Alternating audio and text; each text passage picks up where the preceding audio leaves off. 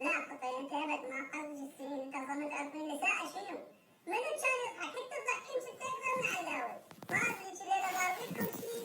وضعكم مو طبيعي حتى احنا عندنا اموال شنو يعني بس انت عندك اموال قطيع المكشوف رفع على اموال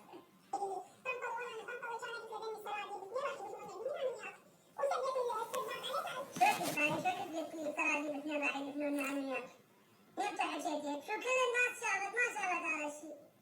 شقاكم وضحككم ومسخرتكم واستهتاركم مثل المرة بس هاي شفناها يعني تشربين نفسك والفيديوهات موجودات اشوف اشياء وانا اشوف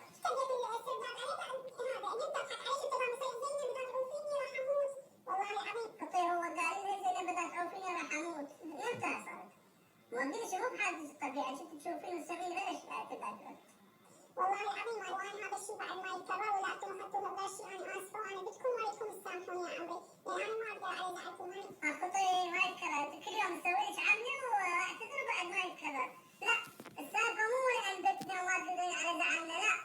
السالفه غير شيء هذا الخوف سوى بيه ليش اسالكم ليش؟ لان الملف مال المحتوى الهابط مالته مفتوح ما مسد موجود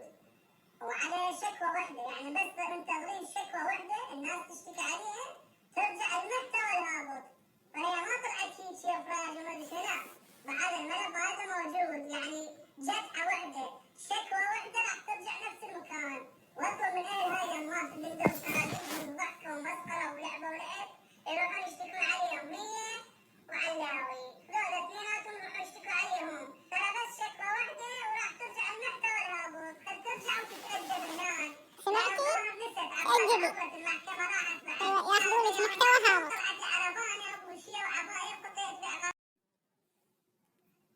ياخذونك محتوى هابط ترى إذا ما صرتي آدمية سمعتي؟